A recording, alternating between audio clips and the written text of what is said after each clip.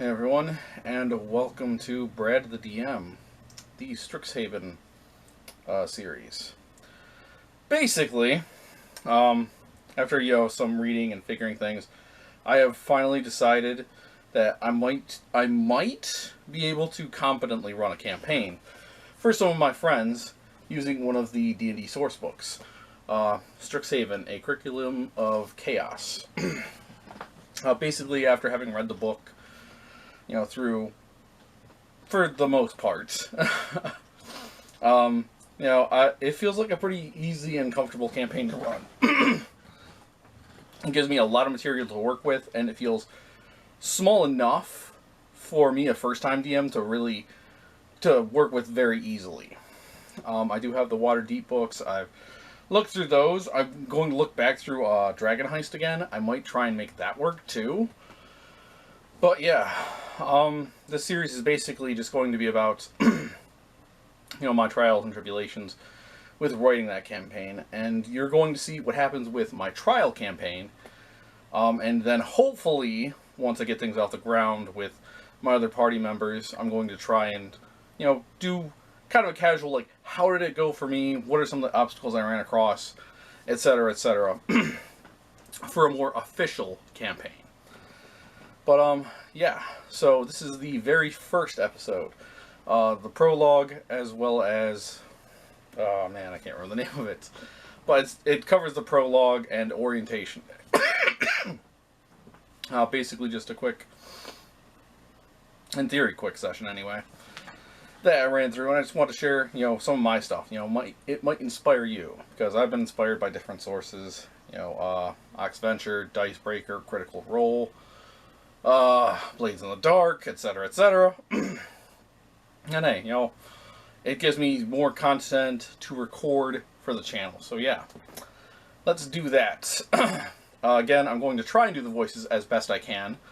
Just bear with me on that. I might work in some voiceovers and stuff like that, because yeah, like there's some stuff that I definitely want to try and nail voices for. But we'll see what I decide to do with the series. So, with that said, let us cut to the prologue. The prologue.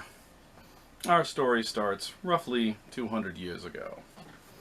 It was a stormy afternoon. The deans were all gathered in the biblioplex for a meeting. The subject of the meeting is a student, Mergaxor. A student who is having a disciplinary hearing because of his troubling research practices that violate the standards of the college. Despite warnings, he has persisted in his research. Mergaxor, you are here today because of the concerns of your professors. We have been informed that you were told on multiple occasions to cease your experiments, but have persevered. The college dean explained. Mergaxor looked over the gathered educators, his eyes full of hate, as he studied them. Really quick, before I get any comments about the voice for Mergaxor, he is a grung, I believe. A frog-like person, so his voice is going to be a bit different. So, again, apologies if it comes off with any issues. It's just what came to my mind. Yes. I was told my work was amoral and frowned upon for its ties to darker magic. He chuckled at that. As if none of you have ever crossed ethical lines in your own pursuits. Several of the council members quietly whispered to one another about his disrespect and the audacity of his words. The college dean silenced the muttering with a wave of her hand, and she leaned across the table slightly for emphasis. It may be true that the pursuit of knowledge can have ill effects. However, those pursuits were not left in the hands of individuals without supervision. In your case, you have been warned about the dangers and impracticality of your work, but still you persist in your endeavors. We feel that you owe us all an explanation for your stubbornness. You have the floor. Mergaxor strode across the room, hands clasped behind his back as he began his explanation. I already submitted my justifications in writing to each of you. I suppose you need me to explain some of the more complicated sentences. The Dean rolled her eyes at that. Yes, we received your letters. Do you have anything new to offer in defense of your work? Mergaxor sighed in frustration. I believe the letters speak for themselves, and I don't think that it's worth my time to explain. If we're done here, I have work to return to. He turned to leave, grinning smugly. However, the Dean called out, Halt, Mergaxor. Also, the boys are going to bleed over sometime. It happens, man. Just deal with it. He stopped and turned curiously. We have received these letters and do not deem your research as valuable and inherently dangerous.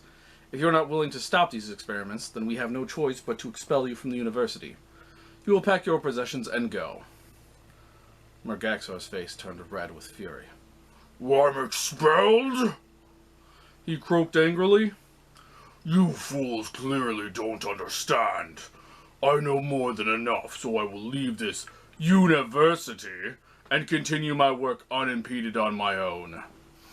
Mergaxor stormed out of the meeting hall toward the doors leading to the main campus. I'll show them all the value of my work. Their morals be damned. Even if it takes my entire life, I will prove my superiority. Turning back to the hall, he shouts, You will bow before me and kneel in respect of my research. He turned back to the door, blasting it open with his magic. Basically, just cinematically, I put that in as a nice transition from, oh hey, it's a crap, dark start to, oh hey, it's a nice, pleasant day for the present day. Also, really quick, editor's note that I want to put in here. The story above differs slightly from what the students will learn later on in year 4. Basically, he was expelled as a third-year student for disregarding the safety protocols, but also his work caused the demise of a fellow student, and he fled before anyone could turn him over to the proper authorities.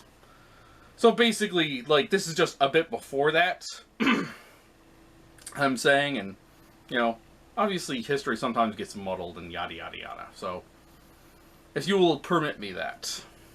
Continuing on into the present day. The doors open on the campus. A number of students are walking around talking, studying, and having fun. A number are heading toward the biblioplex itself for orientation. The camera zooms in on one such individual. A short gnome with blonde hair looking around curiously and a bit frantically. Oh dear, oh dear.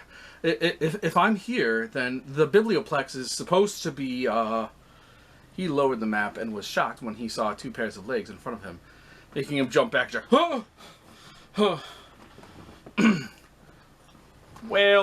looky here. We got us a freshman who's lost, one said to the other, prompting a chuckle. Oh, hey, maybe we should help him out for a fee, of course. Burgle slowly backed away nervously. No, I'm perfectly fine, gentlemen. I found my way and I have to be going. My friends are meeting me for the are waiting for me at the He laughed nervously. Quickly, one moved forward and picked him up. We said we'll help you, and we said we'll help, and we're gonna help. We need some extra lunch money anyway, right, Bulk? Crap. Screwed up my voices on that one. Burgle got to look at the pair from about chest height now. One was a bit bigger with quite a bit of weight around the middle. He wasn't so familiar with humans, so so it could be fat or muscle. He wasn't quite sure. The other was a bit shorter with spiky black hair and was, pretty skinny. Crap. Yeah, Skull. It's our duty to help those in need, and of course, it'd be bad manners on his part to not pay us. Burgle was about to protest when a deeper voice from just behind them called out, "Hey, let the kid go." Bulk and Skull chuckle at that. Now listen here, pal. This is our business, so why don't you get lost? Skull turned around and fell silent in shock. He swatted at Bulk's shoulder to get his attention. What? What is it? Bulk turned, and Burgle got to see the man behind them. You know, his skin had a bit of green to it. He had 2 large fangs sticking out of his lower jaw. He had some light leather armor, a sword on his hip, and he looked annoyed with the 2 as he approached. Bulk and Skull panicked, first running into each other, before turning and running in the opposite direction. Burgle dropped onto the grass, falling backward awkwardly. The man stopped when he reached Burgle. Burgle shut his eyes for fear of what was coming. "Hey, you alright?" the man asked. Burgle opened his eyes slowly and saw a large green hand in his face. The hand was open so for Burgle to grab and get to his feet. Yeah, sorry, Mr. Sir, just a bit of dirt is all." Burgle rose to his feet, dusting himself off. He kept his eyes down as he hoped the man would just leave Burgle. Burgle waited a few seconds, but still saw the large boots in front of him and slowly looked up with a sigh.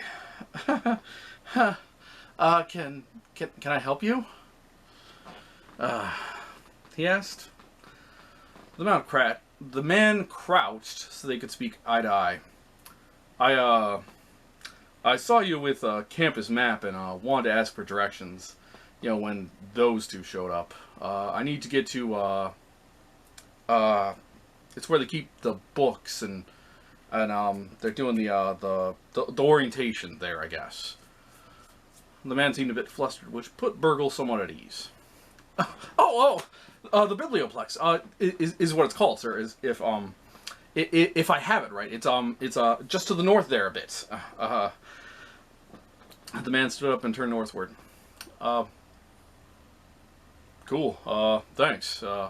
Name's Darb, by the way. You know, not sir or mister. Burgle lowered his head. Sorry, just nervous is all. I'm Burgle, Badger Shepin. I'm new too, and was actually on my way there when yeah. Totally understand. You know, listen, we're both heading that way. Why don't we just stick together? I don't really know anyone else here, and yeah. Burgle nodded. That sounds great to me. I'd appreciate the company, and I'd love to learn more about He gestured at Darb. Darb looked at his outfit. Darb looked at his outfit. "Oh, you mean me or the armor?" he asked. Burgle awkwardly squeaked out, you. I've never met an orc, and you know, I thought that you were different. You know, Burgle immediately felt terrible for his statement. I'm from the woods, you know, and so I don't get the chance to meet many people. And Darb held up a hand. "I think I know what you mean. I'm actually the half-blood, I guess. I'm an orphan, so I wasn't raised as an orc. I was raised by farmers. My father taught me how to protect myself, and I want to learn more about certain things." You know, Darb let out a heavy sigh, and Burgle frowned. Sorry. You know, I'd love to help if I can." Darb nodded in appreciation.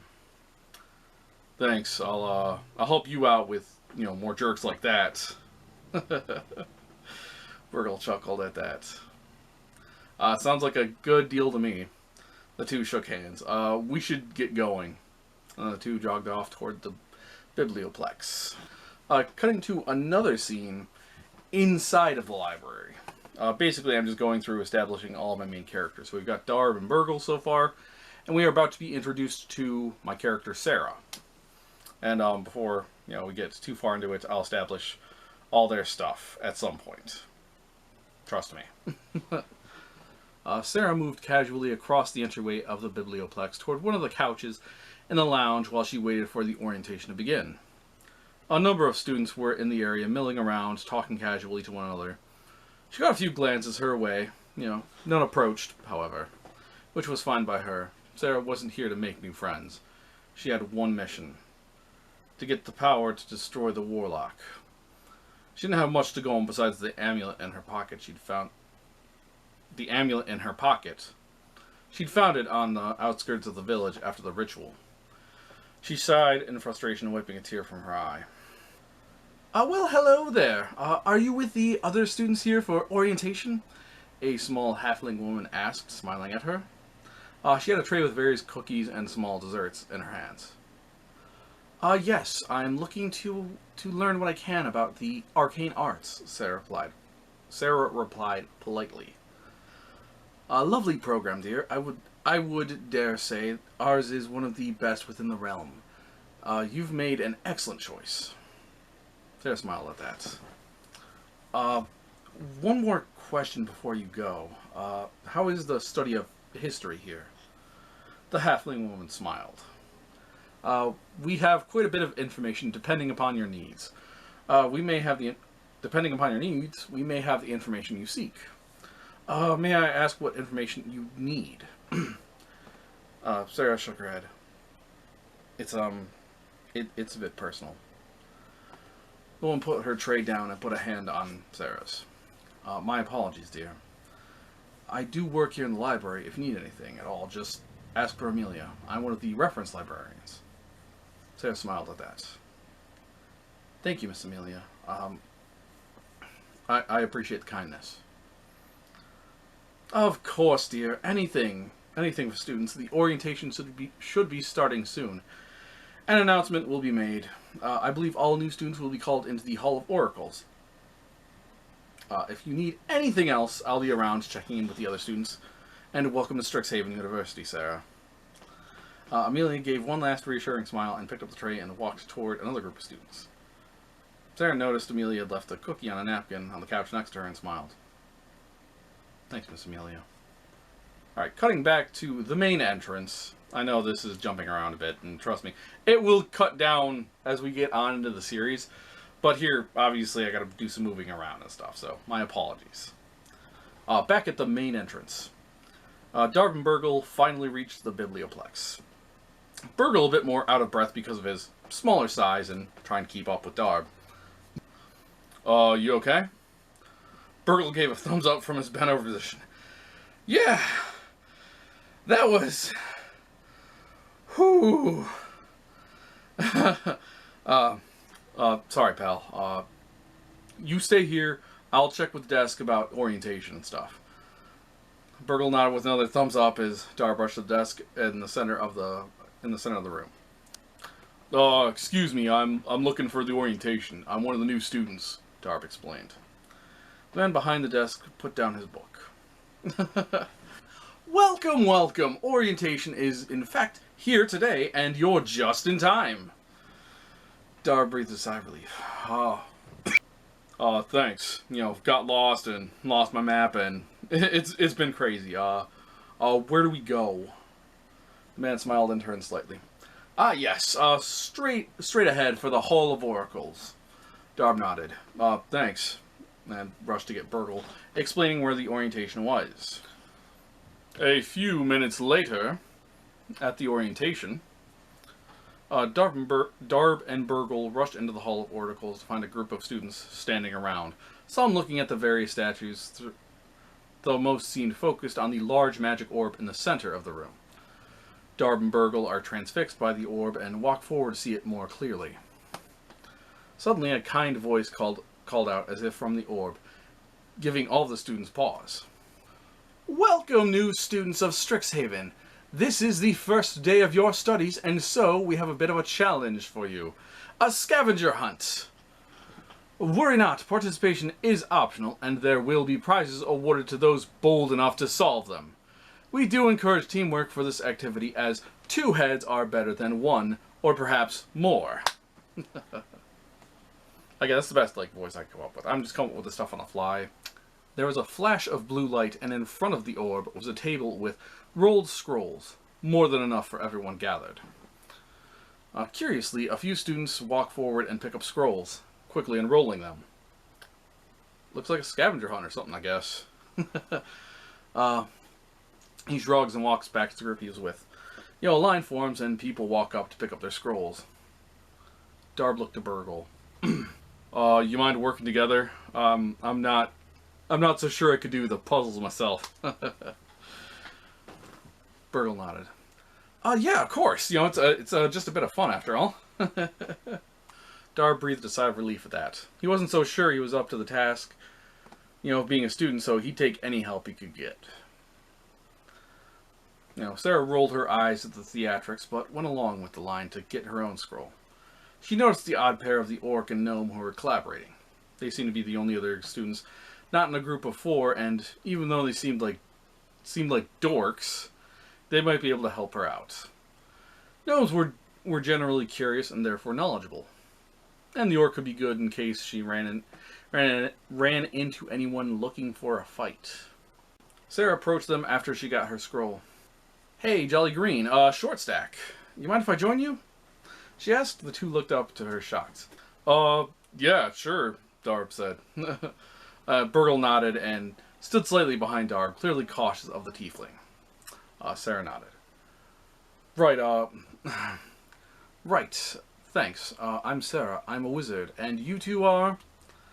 Darb smiled. I'm Darb, half-orc fighter. My father taught me fighting. He was a soldier, and this is Burgle. The gnome swallowed before stepping forward. Yes, Burgle Badger Shepin, bard in training. I've always had a flair for music and performance, and I've heard such good things about the university. Sarah nodded. Right, so let's start the scavenger hunt, Sarah said, opening her scroll and reading the clues. Alright, this is basically going to be just introducing the character really quick before we cut back to the story. So, Brad, editor's note, whatever you want to call it. Basically, like I established, we have Darb, Burgle, and Sarah. I'm going to start with Burgle because people may recognize him from the D&D Vlogs series. The Emerald Vanguard series, specifically. This is basically just a what-if scenario of like, oh hey, if he was a bit different, if he'd gone to school and stuff like that, because that campaign started at level 5. So basically, Burgle in this world is wood gnome, wood-related gnome, I forget, forest gnome maybe. Was here to study up on, was here to learn the ways of the bard. Basically, he heard about, he's heard enough stories, and he's like, yeah, I want to get out there and adventure, and see, elves and dwarves and, all this cool stuff. And, like, he's just that wide-eyed rookie, sweet cinnamon roll, hopefully, that I personally want to protect. It's a character that I've done a few times because, it just works. Especially whenever the heck, you're playing with a bunch of people who have a lot more experience than you. It allows you to make mistakes. So, he's kind of a wide-eyed rookie. Fair enough. Next up, we have Darb. He's another reflection of myself. Half-orc fighter, like I said before.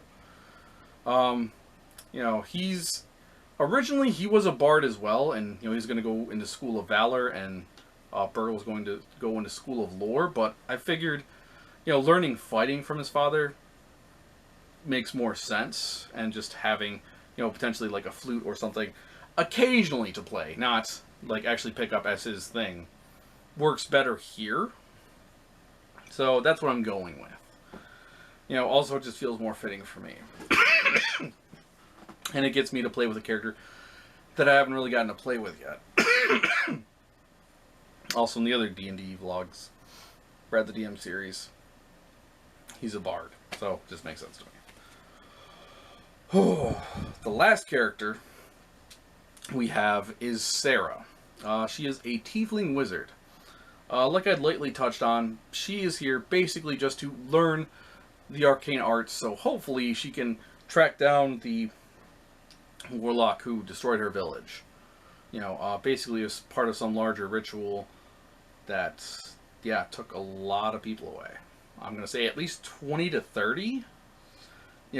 Numbers might get changed and fudged later on, but just a good number of people.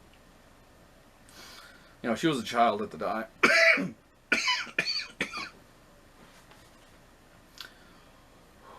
She was a child at the time, so she wasn't in the village, and she escaped that, luckily. But yeah, that's pretty much it for the details right now. You know, I'll go into more as we get on with the adventure. Like, I might have little scenes for everybody as we go along, but that gives you at least an idea of who they are. You know, these three are just strangers. You know, Burgle, not used to dealing with a lot of people in the university setting, so, like, he might get bullied occasionally. You know, Darb was raised on a farm, but he was raised also to be, you know, like, tough and kind of like a soldier, so he's trying to pretend, like, you know, I know what I'm doing, like, talking with a deeper voice and such. And Sarah, well, you know, she's just, in the beginning anyway, she's going to be looking out for herself, you know, and also kind of, like, callous towards, you know, Darb and Burgle, but I hope, like, as the series goes on, she does grow more, you know, nice and attached to them. Because, you know, hey, they are working together, and they're going to become a group. And yeah. And again, you know, Wizard's just a cool class that I wanted to play around with that I haven't touched yet. But yeah, I think that's it. So we will cut back to the story in progress. And for those who may not remember, we were looking at the clues. So, whoop! Alright, so we have seen the clues. Really quick, I'm just going to go over the rules that were established within the book, and also just some of the tweaks and modifications that I personally made to the rulings for this, you know, and how they worked out for this group. Basically, for solving the clues, you know, players can either make a guess of their own based on knowledge of the biblioplex itself. You know, you may go over like, oh hey, they have a lounge, they have a cafe, they have a second and third floor study area, etc., etc. For the sake of expediency, I just went with option number 2. The players may make a DC 10 intelligence investigation check. They pass it, you know, they figure out the clue. Simple as that. You know, I just did that again for expediency because this campaign, when I do run it with people, you know, I'm trying to just focus on getting through the game and like having the fun and role playing as well, but not bogging them down with like, oh hey, like you gotta, you know, search around and figure out all this stuff yourself, like. And also, we might be doing it over Skype or Discord or something, so yeah, I don't want to run into any issues with that. But yeah, so that's it. And then a few other things that I have written down here. For the trial run, because I have the answers, you know, I'll have to have them do the DC checks. That also checks out, makes sense. As long as one person passes, everyone in the group can get the prize. You know, because again, they're working together. Now, like, if I'm in my campaign and somebody's like, oh hey, I'm just going to be a jerk and run off myself, like, I am totally okay with that. Okay, I'm not really okay with that personally, but like, if they can sneak off and do it, it's fine. And really quick, if you're a new player for this and you see this, there's like some nice casual stuff, but like, nothing insanely like, oh my gosh, I have to run off and get this myself. Like, for the most part, everybody's going to get the thing. There is one instance of one person getting the thing and nobody else gets anything, but that's whatever. I will get to that when I get to it. Second, also I will allow second attempts after the party solves another clue. So let's say we miss clue number 1, you know, they finish clue number 2, then they can try clue 1 again. Simple enough. I hope that makes sense. You know, and if they still fail clue 1, you know, they do clue 3, come back to 1.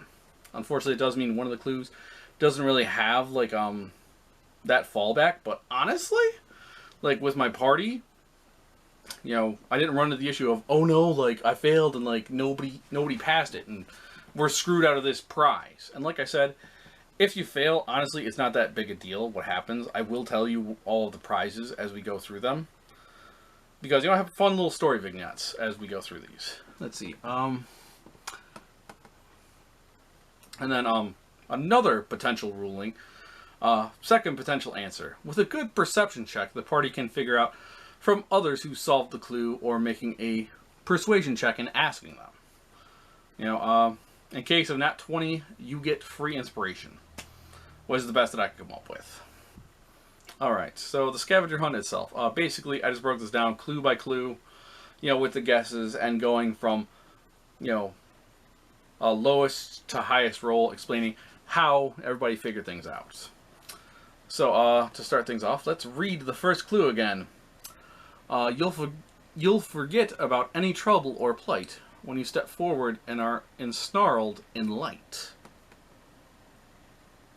Alright, it's going to give you a couple seconds. Try and think and figure if you know Strixhaven. If you don't, this will be interesting for you. First off, I'm going to establish that we did solve this, and everyone gets a potion of healing. Hey, Editor Brad, maybe put the stats for what potion of healing does, because I forgot to write it down. Ezra done potion of healing. Thank you. I appreciate you so much. You are me. Alright, so, Darb rolled a 5, so he failed. Darb just looks at the scroll. Huh. Snarl, so like when an animal's mad or something? That doesn't make any sense. Burgle rolled a 12, which was a pass. Snarl. No, that refers to a magical entanglement. There are a number on campus, but we were told that they would be here in the Biblioplex. You know, he just, rubbed his chin curiously, just staring at his own scroll, trying to figure it out. Sarah was the smartest with a nat 20. So she got it, and she gets inspiration. Sarah knew the answer instantly after reading the clue, but decided to humor the boys by listening to their thoughts. After Burgle explained to Darb what snarl meant in this case, she snapped her fingers, getting their attention. Boys, just watch me. Again, sorry, my voice is not great for this. I'm trying out stuff. She then turned on her heel and walked forward toward the snarl in the center of the room. She looked down at the pool beneath and stuck her hand in. She felt quite a shock to her system, as if she had been dropped into a cool pond. With a gasp, she took a step backward, a healing potion in her hand. Simple enough, she said with a smirk. Darb and Burgle walked forward and did the same, smiling broadly as they held up their potions. Hey, thanks, Sarah. I guess we're pretty lucky you joined us, Darb said. Burgle nodded. They're gonna flip voices now. Yeah, you really know your stuff. Thanks. And yes, he did do finger gun too. Burgle bowed politely. Sarah blushed and turned slightly. Whatever. Let's just get on with the scavenger hunt. She'd never say it, but she appreciated the kindness. The group looked over the second clue. Clue number 2. Alumni commission works when they retire, seeking promising mages to inspire. Oh crap, I can't do Jeopardy music. Just insert your own music, man. I got nothing. I'm writing all this. You can do your own music, please. Alright, so all 3 passed, and they got a Strixhaven pendant. When waved, shows bright light in a 10-foot radius, then dim for another 10 feet. Pennant is basically, one of those small mini flag thingies. Just so you know what one is in case you didn't know. You're welcome. You learned something else today. Alright, so Darb got a 13, passing. Commission works. Darb muttered to himself. Like a painter. So, like in some kind of art gallery. Burgle got a 14. That makes sense, and the art gallery is in the northwest corner. They pulled out his map. Then, nodding satisfied, he rushed toward the gallery. Darb looked to Sarah. After you. Sarah rolled her eyes and rushed after the excited gnome. She was having some fun with this. Again, she'd never say that. She's too cool. She's that cool outsider girl. I've known a couple. Moving on. Sarah got a 16 and passed. Burgle was the first into the room with Sarah just on his heels, and Darb bringing up the rear. You two look around. I'm gonna see if I can work out the next clue. Sarah just stared at him for a few seconds. And to catch your breath? Darb blushed, turning slightly away and, looking over the scroll. No, I got it, just trying to be efficient and whatnot. Right. Burgle, I guess we should look over the pieces and see what we can find. Burgle nodded, moving to the right side of the room. Staring up at the first painting, he seemed in awe of the work. Sarah just sighed at that. I guess it's up to me. She quickly walked down the line of pictures, noting former alumni and staff. The pictures were nice, but she wasn't interested in the arts. Again, focus on her thing. A few older students were in the gallery doing their own work, maintaining the gallery and addressing the students who came in, playing tour guide, and explaining the significance of different portraits. One such student approached Sarah, handing her a pamphlet for the Distinguished Society of Fine Artists. She took the pamphlet, pocketing it with a curt nod before she continued her search. Near the back, there was a larger portrait of a group of Prismari alumni. Below the painting was a small plaque. At Strixhaven, we were all inspired. That caught Sarah's attention, and upon closer inspection, she noticed a lever. Darb, Burgle, over here, Sarah called. The boys walked over, Darb determined and serious. Burgle still a bit distracted by the artwork. Let's see what we have here. Let's see what we have here. She lightly pulled on the lever, and a small box popped out of the wall, with 3 Strixhaven pennants inside. Sarah passed them out with a smirk. You're welcome. Again. She said with a laugh. Burgle jumped for joy, holding the pennant tightly in his hand. He waved it around excitedly and stared in shock when the pennant lit up with a twinkling light. Darb blushed again and scratched his head. Yeah, well, I did some good work on the next clue, so, you're welcome for that. And then just for a bit of fun, he made a charisma performance check, prompting another laugh from... He rolled a 7, prompting another laugh from Sarah. I'm sure you did, she said, patting his cheek patronizingly. Again, I've been there. Ouch. Clue number 3. Each group deserves a free treat for their investment. Serve up this list and enjoy your refreshment. The party did pass. Darb received a bottle of boundless coffee. Basically, it's never-ending coffee. However, you have to roll a d20 for it. Roll 1 and it doesn't work for an hour. Basically, you can drink straight from it, but if you try and pour it into another container, stuff just poofs away. It's magic. Just let me have this. Alright, so how did we roll? Burgle rolled a 1. Burgle was approached by one of the students and got caught up in a conversation about art and music, so he was useless for the next few minutes. Oh my gosh, yes, I have heard that tale before, and that is quite interesting. Oh, really? I did not realize that person wrote it instead of this person. Crazy. Oh, and you did this piece over here? What? Yeah. Again, I'm just trying to play around with it. Darb rolled a 6, so he failed. Darb's stomach growled, and he remembered he hadn't eaten anything since early in the morning. Hey, you want to take a break and talk about the next clue after lunch or something?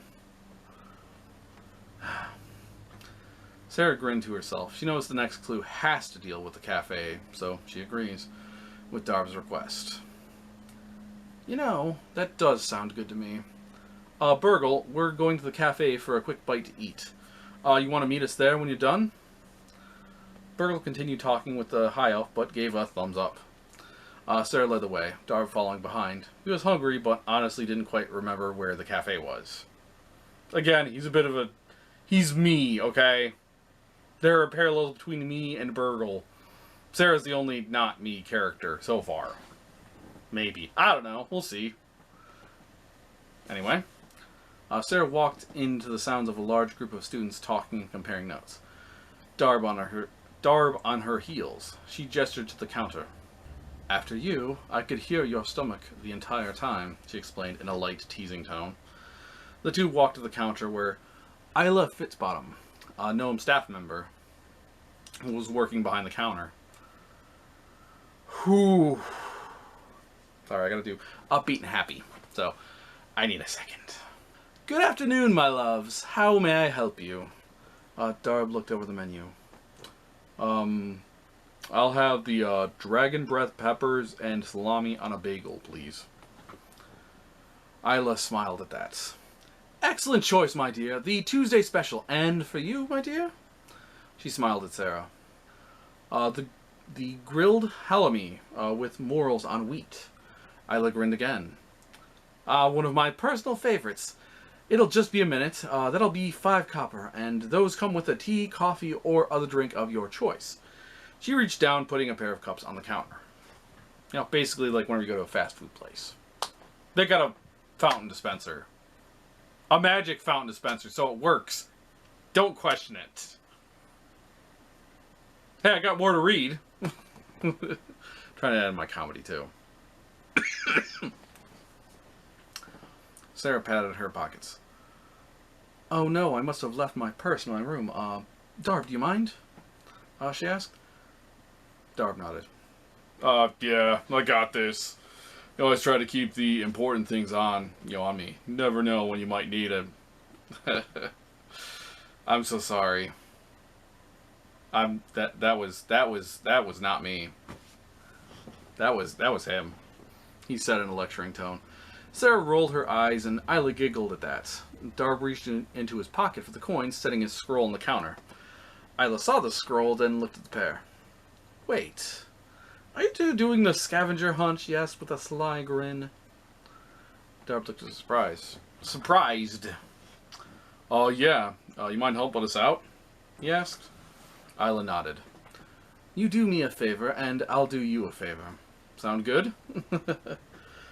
Darb nodded. Yeah, of course. Isla smiled. Well, come on back behind the counter here. I just need a bit of help restocking the case. Darb nodded. Sarah declined. Seems like a one-person job to me. Isla nodded, giving her a subtle wink. That's true. I'll have him back to you in just a minute. Sarah noted how she looked at his thick arms and smirked.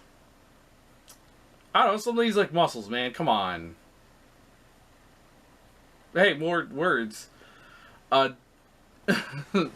DC Dex check to restock the case. Darb unfortunately failed. And that is part of the challenge for the cafe. Isla handed Darb a tray of sandwiches and directed him to the case just down the counter. Darb set to work, but he was a bit clumsy at it, accidentally dropping 2 sandwiches, and when he bent down to pick them up, a pair of students, snuck a few off the tray before rushing out of the cafe. Sarah saw all this and paid an extra 5 copper for the extra sandwiches. Sorry about that, she whispered to Isla. Isla waved a hand at that. It's fine, dear. And I do appreciate the compensation. The compensation for the sandwiches. You've got yourself a good partner there. Sarah was shocked, but before she could explain that she wasn't involved romantically with Darb in that fashion, she handed over the sandwiches and continued to help the next student. Foreshadowing? Ooh? Yes, it's foreshadowing. Maybe. I don't know. We'll see how it goes.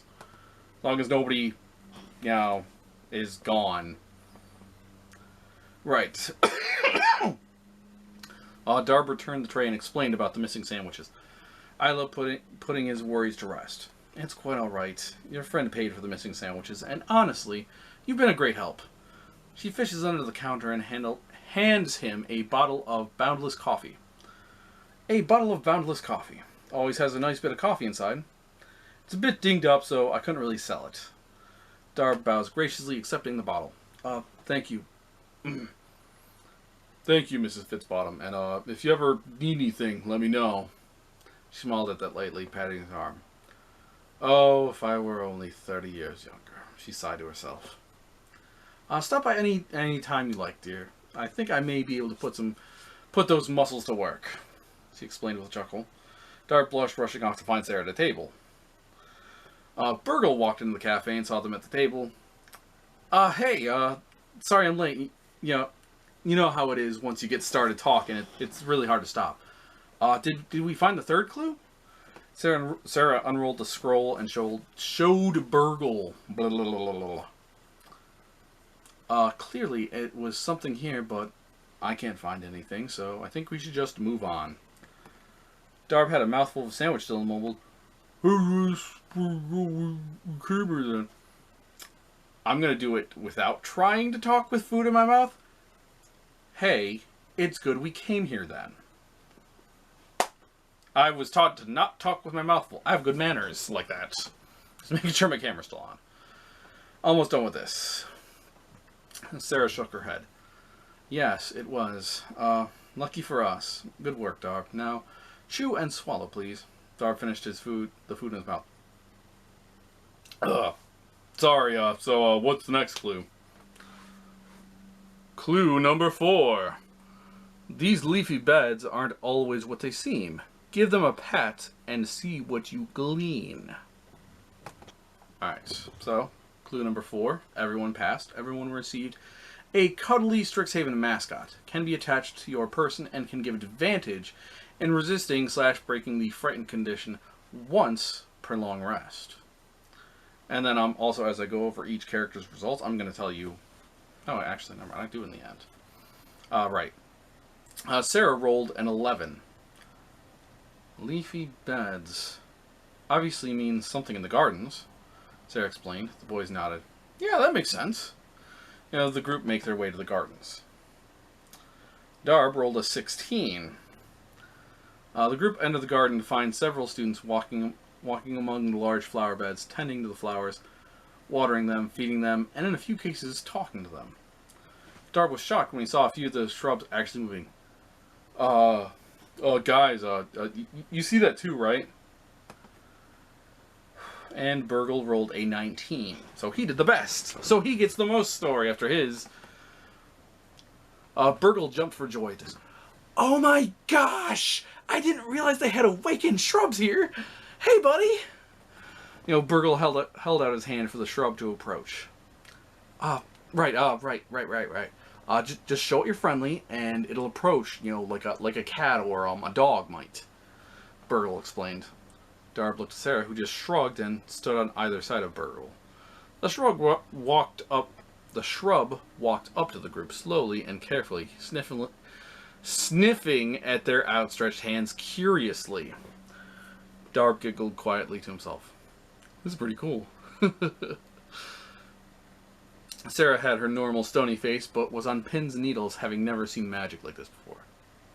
Like, okay, that's new. That's cool. You know, it's fine. It's whatever. But, like, she's better at concealing her emotions, because she's cooler than me. More story. I'm tired. Also, it's very hot, and I don't have a fan on. If I seem grouchy or rushed. Right. Burgle slowly stroked the head of the shrub and saw the leaves seem to part on his back. I can't see what's in there. Darb was too shocked to do anything, so Sarah leaned forward. Sorry. Looks like some toys or plushes, she said, confused. Burgle looked at the shrub. Say, hey buddy, do you want us to take them out? You know, the shrub seemed to nod its head. Hey, I think we're supposed to take them, so, Sarah, can you get them? Sarah nodded, taking a few deep breaths before reaching in, talking calmly and reassuringly to the shrub. It's okay, I just want to get these out. You'll be just fine. She slowly took out the 3 plushes and handed them to Darb. When she was finished, she lightly patted the shrub. Thanks. The shrub rubbed its head against her palm before wandering off to a sunny spot to lie down. They're plants, and they like sunlight. Also, let's just say this one looked like a cat, too. Screw it. You get the joke, I hope. And if you don't, cats like sunlight, plants like sunlight. Boom, joke. Words. Alright, Burgle looked over the mascots with a happy gasp. These are so cool! He hugged a music note tightly to his chest, then with a gasp realized it was stuck there. Whoa! Sarah rolled her eyes and took a fluffy looking tome. Yes, they are nice padding, meant to make people feel calm and safe. A bit ridiculous, if you ask me, but could be a nice pillow between classes. She attached hers around her side, next to her spellbook. Darb took a shield. Say. Sorry. Say, this could make my shield a bit more comfortable on my arm. He slipped his shield off and slid the mascot into the lining. Oh yeah, that's great. The lining has been eating into my arm. There were clear lines, on his, where the belt had gripped tightly to his arm. Sarah chuckled at that. If you boys are finished with your new toys, we have one more clue. Clue number 5. Some stars are ancient, enduring, and bright, but others, maybe you, are born on opening night. Burgle passed. Everyone receives a hooded lantern filled with oil. Sarah rolled a 1. Stars. Say, does the library have a department for astronomy, maybe? Sarah wandered off to the information desk. You two stay here, and I'll ask about the astronomy section. She strode off confident she was right. Yeah, so... That's, yeah. Darb rolled a 6. The clue did mention stars, but that feels like a weird thing. The other places were specific areas, like the garden and the gallery. Darb scratched his head thinking about it. Burgle with the save, rolling a 14. Burgle bounced excitedly after looking over the map. Darb turned back around to face Burgle when Sarah stormed back over them. Huh. I asked about books on astronomy and told him about the scavenger hunt, and he just laughed in my face.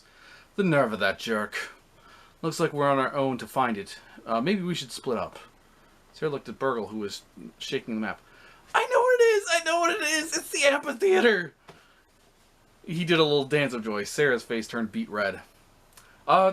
Dear. Yes, yeah, I knew that. I was testing you two to see if you could figure it out. Charisma performance with disadvantage. She rolled a 6. Burgle knew she'd made a mistake but didn't say anything. Because he's smart. Darb took a few seconds before he realized, then pointed at her laughing. Yeah, okay, Sarah, we understand. He stopped laughing when her hand started to glow with magic energy. Hey, Burgle, lead the way, please. Darb rushed forward when Burgle pointed toward the amphitheater. Sarah smirked to herself and gestured for Burgle to lead the way. Never laugh at the wizard kids. They have magic. And, yeah, loose morals generally. They will not hesitate to barbecue you, is the joke. Darb reached the amphitheater and looked around to see students milling about. A few towards the back of the stage rehearsing lines with one another.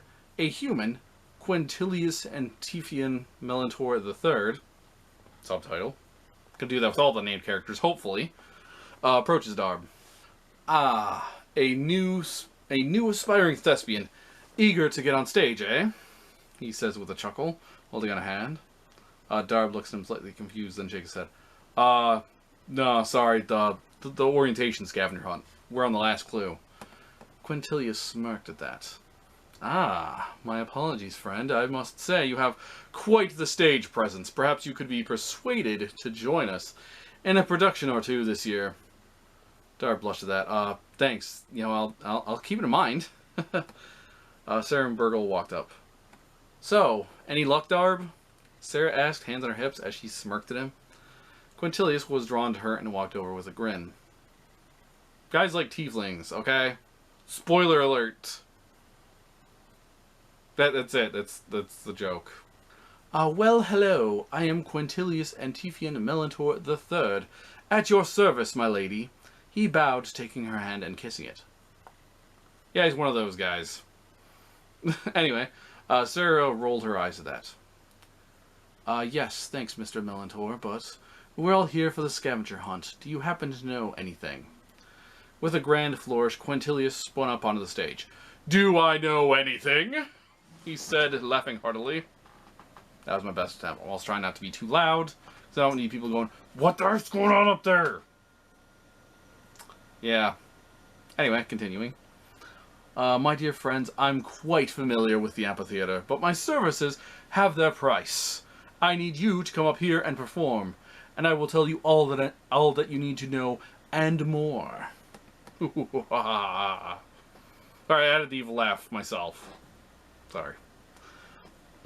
Sarah looked up at him. Are you serious? Darb was in shock, and Burgle broke into uproarious applause.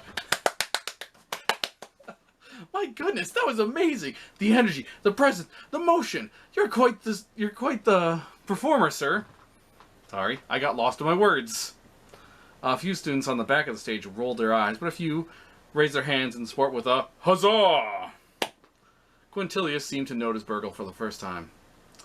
At least one among you can see my talent. Come up here, friend, and show us what you've got. Yeah, like the Rick and Morty thing. Show us what you've got. He held out a hand for Burgle to take. Darb gave him a thumbs up, and Sarah just crossed her arms. Burgle took Quintilius' hand and was pulled on stage. Come on, guys, it'll be fun, Burgle called to Sarah and Darb. Sarah sighed heavily before marching up the stage. Darb, meanwhile, walked stiffly, clearly frightened of his first on-stage performance. Quintilius placed Darb in a spot stage right and guided Sarah to a spot stage left. Burgle was center stage. Quintilius moved off stage, standing in front. Cool. So basically here, you just got to do some dramatic stuff. It can be funny, silly, wacky, whatever you want. I don't think there's a DC check for this. Sarah performed a monologue she had heard once in a bard's telling of a long-lost battle. Macbeth. Alas, poor York. I knew him, etc., etc. I don't remember the whole thing. Also, I don't want Shakespeare's zombie suing me. So, you get the gist. Charisma performance, 16 plus 2. The gathered students applaud and cheer. Suddenly a spotlight snaps on, lighting Sarah. Boom! Alright. Burgle and Darb looked at one another. Burgle seemed frozen, so Darb stepped forward. I have a song my father taught me from his days in the army. Darb performed Jack of the Shadows. It's a song from the Wheel of Time series. Charisma performance! He rolled a 4 plus 2. Darb was clearly nervous and forgot the words at times. He was out of tune, and even though some with instruments knew the song and tried to play to help him out, he didn't fare so well. A spotlight snapped on, lighting Darb as well. Right. Quintilius smiled at Burgle. It's your turn now, friend. Grace us with your own performance. Let your soul sing loudly to the heavens. Burgle looked at Sarah, who was glowing under the spotlight, smiling broadly for the first time he'd seen today. She smiled at him warmly. He then looked at Darb, who looked down from his performance, but when he saw Burgle, looked his way, smiled, and applauded encouragingly. You can do it, Burgle. Rock the house. Burgle brought his lute around to the front and gripped it gently. Burgle performed Seasons of Love from Rent.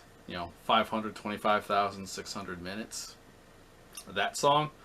I'm giving him advantage too because narratively it just feels fitting. Charisma performance with advantage. 11 and 8 with a +5 performance and +3 charisma. Yeah, he nailed it. Started out a bit nervous and quiet, but everyone knows the song quite well and got on board singing with him, including Darb and Sarah. It was a very grand, epic moment. Everyone was caught up in the positive energy of the song, and it was a beautiful moment for everyone. A number of the performers backstage came forward to show love and support to Burgle, Sarah, and Darb, holding Darb on their shoulder. Burgle and Sarah held Darb on their shoulders. There you go. Blah, blah, blah, blah, blah. The final spotlight came on, lighting the entire stage, and Quintilius pulled something out of the 3 lights and approached the group. That was... Crap, I can't find my words. That was most wonderful, Master Burgle. Master Burgle, was it? He handed them each a hooded lantern filled with oil. They aren't much, but at least this way you can always have a part of the theater with you, he said, tears on his cheeks. You are all welcome back anytime you'd like to perform. He hugged the trio tightly. He's a performer, and he appreciates, their participation. I was going to cut there, but you know what? Not yet. You know, it's a nice little moment. Everyone's, you know, just clapping and just like, yeah, you know, you guys did great, awesome work, woohoo, and comes from off stage. What's going on? Ooh. The Mimic attacks. It's from the Monster Manual, page 220, and it has a modified stat block. 30 HP and has disadvantage on attacks. Alright. Suddenly a cry cuts through the room, and students run away from the large bookshelves on the western side of the room. I forget which side the west here, but anyway. Darb, on alert, looks around. Run! The chest is alive! Ah! Ah! You know, people, you know, run off in every direction. Sword drawn, Darb rushes to the edge of the stage, jumps off. Get help! You know, he calls back to the stage before running toward the shelves. Sarah and Burgle look to one another and nod before rushing after him. Darb runs down the aisle between shelves and skids to a stop, seeing a few people pressed to the walls, frozen in fear, as the chest slowly moves toward them. Darb reaches onto one of the shelves and throws a large tome toward the chest. Hey, ugly, let's dance. The people flee the scene when the chest looks in Darb's direction and roars in anger. Sarah and Burgle round the corner, standing behind Darb. Burgle goes pale, and Sarah has a concerning smile on her face. Alright, so we're in it. Alright, so the Mimic fight. This was kind of a short thing, because, you know, we got a good team going. Basically, the turn order was Darb, Sarah, Burgle, then the Mimic. The Mimic does get to attack, don't worry. So yeah, let's see how this goes. Darb hits for a total of 7 damage. Darb rushed forward and stabs the Mimic with his short sword. The Mimic roars in pain. Sarah cast Magic Missile. Basically, it's a 1d4 plus 1. It automatically hits and does 1d4 plus 1 damage. With 3 hits. So, hits totally for 11 damage. Sarah summons magic missiles that fly from her hands and hit the Mimic in the eye, body, and mouth, causing it to shriek in fury. Again, my acting's... yeah. Burgle gave Darb Bardic Inspiration. And then he cast Vicious Mockery. 13 DC Wisdom save, the Mimic passed it. Burgle strums his heart, causing light green magic to wrap itself around Darb, giving him strength and courage. Then he points to the Mimic and says, "You should have stayed as a chest, you fiend."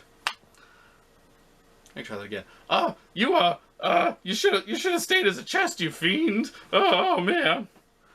You know, his knees were shaking, and the Mimic doesn't, you know, react. Still furious at Darb and Sarah. Mimic missed.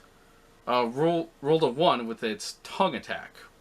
If you saw the D&D movie, basically, like frogs, it can shoot out its tongue for, I think it's 5 or 10 feet is the range. But, yeah. So, the Mimic shoots out its tongue and is stuck now to the bookshelf. It grunts and makes noises in anger as it is hanging in the air. For the next turn, all attackers have advantage on attack rolls. Darb hits it for 8 damage. Darb stabs at the creature with his sword, causing it to shriek in fury and shake the shelf. You know, stuck to... This is fun. Also silly. Also getting a shot for this, because my god is it hot. Sarah once again, you know, casts Magic Missile. She summons the glowing orbs to her hands and lets fly with her shot. Whoo, whoo, whoo! That hit the creature, causing it to shriek in pain, shaking the shelf. Then it falls off the shelf, dead. Hey, I think you got it. Sarah strode forward to get a closer look at the chest. Darb tensed sword ready to stab the chest if it moved again. Apparently, Darb has seen enough horror movies and knows, you know, the killer comes back for one last scare. Da-da-da-da-da. Man, tired. Almost done. Basically, Sarah made a perception check on this, scoring an 18. It was a 12 to pass to make note of anything else of interest. Sarah notes some strange black liquid all over the chest, especially around the mouth area. She looks to Darb. "You didn't get any of that liquid on you, right?" Darb looked at himself, then frowned at his sword, which also had the black liquid. Clean that off, quick. It doesn't look good." Darb nodded, pulling a cloth out of his pocket and thoroughly wiping the blade. He held the dirty cloth away from himself and Sarah. You know, clean your blades, kids. Lawnmower blades, sword blades, axe blades, etc. blades. That's just good life advice. Suddenly, there was a cry. Students, students, are you alright? An Owlwyn woman rushed down the aisle, nearly running Burgle over. She stopped just short of them, looking them over. She noted Darb and the dirty cloth.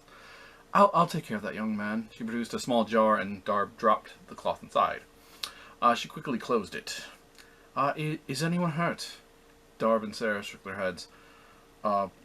We we heard the shouting, and rushed over. Burgle was being checked over by another staff member, at the end of the aisle. Basically just, oh, hey, you good? Yada yada, da da da. What'd you see?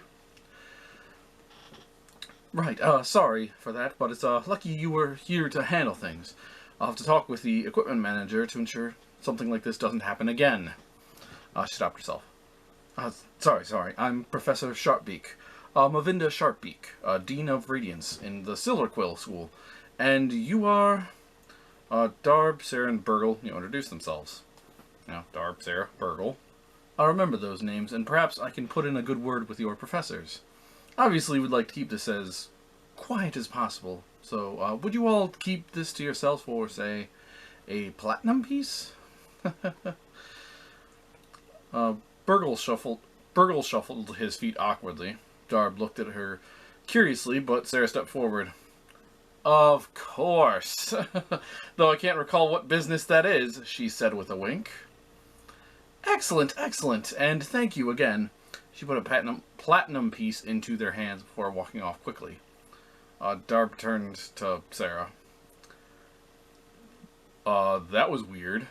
Not exactly a fan of the secrecy stuff. Sarah put a hand on his shoulder. It's fine. No one was hurt, and we got paid. Well, to be honest, I plan to take that victory and leave it at that.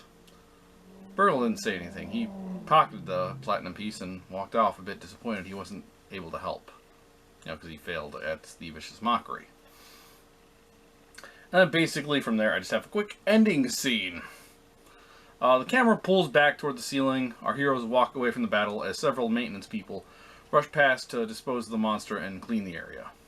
Little did the friends know that this was just the beginning of the craziness we'd find in Strixhaven. And that is the end of my first session. Holy cow, like I've shown before, obviously, creating scenes and writing characters and doing all this stuff. And this was fun and interesting. And, I liked the scavenger hunt aspect of this as well.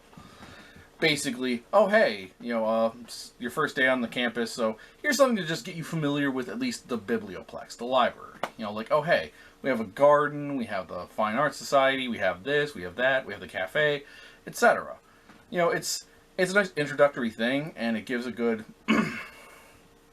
example of okay, here's how to run a scavenger hunt, with riddles and rhymes and such. Basically, DC check of a decent level. Honestly, for my own, if I, ever make up stuff, I'm gonna let people make, their guesses, oh, hey, what the answer is. But also, depending on, roles that they give me for whatever clues I give them, I'll give them something based on that, like I did here.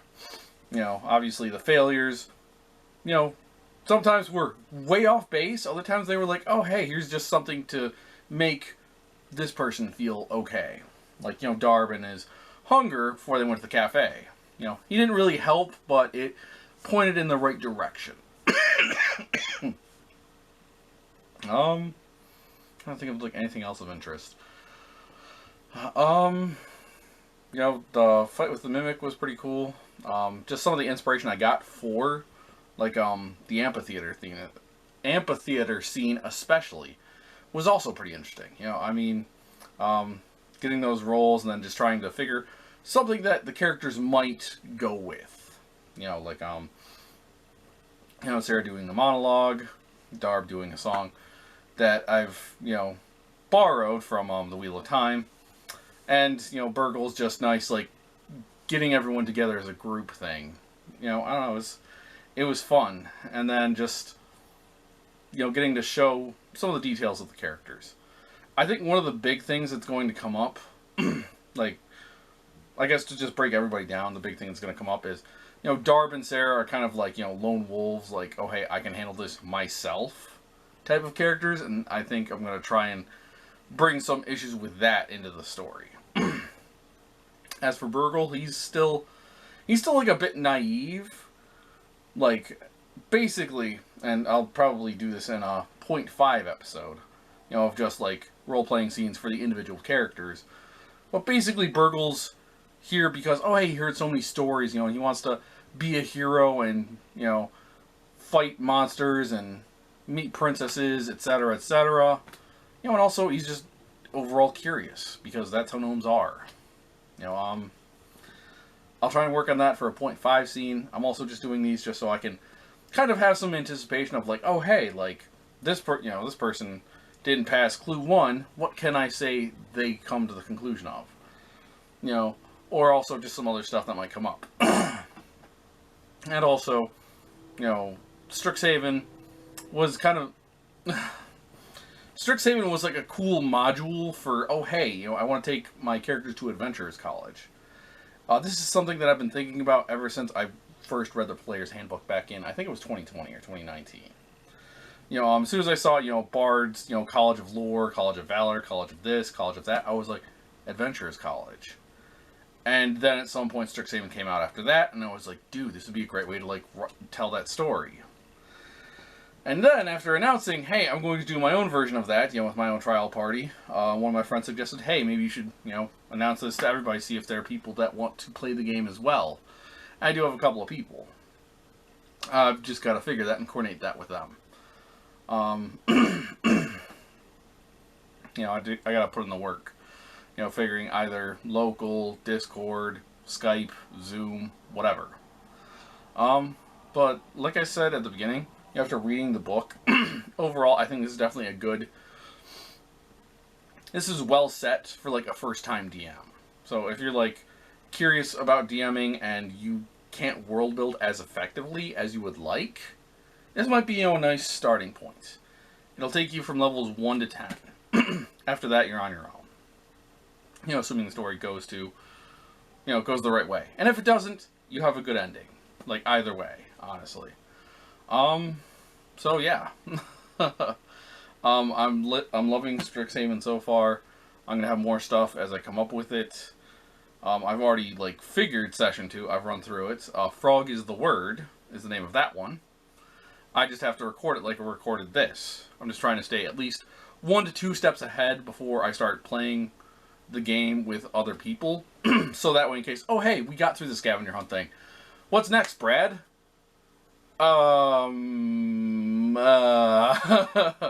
not doing that. Because, let's be honest, I would. And also, I'm going to try and force myself to at least have 1 or 2 adventures per academic year. Just so that, I'm stretching my own muscles as well.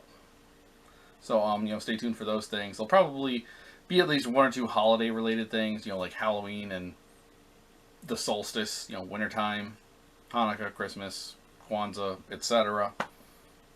It's what I can come up with. And then just a few other, like, oh, hey, your adventure is, like, working as a team, etc., etc. I don't know, I'll see what I can come up with. I will let you guys know as I post these things. Now that I'm done with that, I get to do the fun part of condensing all of this down. This was written over 11 pages. And then just the extra ad-libbing and stuff. Holy cow. But I do it for myself. I just want to share it with you guys. And hopefully you get something out of this. You enjoy it. You think it's funny. You think it's interesting. You get inspired to do your own things. I don't know. But, if you do get something from this, I wouldn't mind the comment saying, hey, I thought it was funny. Okay. So, yeah, I would just say those are, like, my final thoughts. It's fun, it's accessible for newer DMs. I feel, anyway. It gives you a good roadmap. With also openings for doing other stuff. I don't know what else to say about it. I just hope that, people who watch this video like this, the players, I hope you enjoy it whenever I get to it. I've been slacking, but hopefully I'm going to get this back on track soon. And, yeah. That's all I've got to say. And if this is weirdly, choppily edited, it's because I got interrupted. Because that happens, of course. Because that's life. And, you know, hey, whatever. I don't care. I'm not a professional YouTuber guy. Doesn't matter. I'm just a casual vlogger. So, yeah, I think that about covers it. So, until next time, everyone, have fun, stay safe, keep hydrated, and, of course, remember, sorry, every character, every DM, every scenario has a story to tell. I'm Valiant Bradley James, and these are the D&D vlogs. Strixhaven, a curriculum of chaos, aka Dungeoneering 101. Yeah, I'm gonna work on that sign off too. Peace!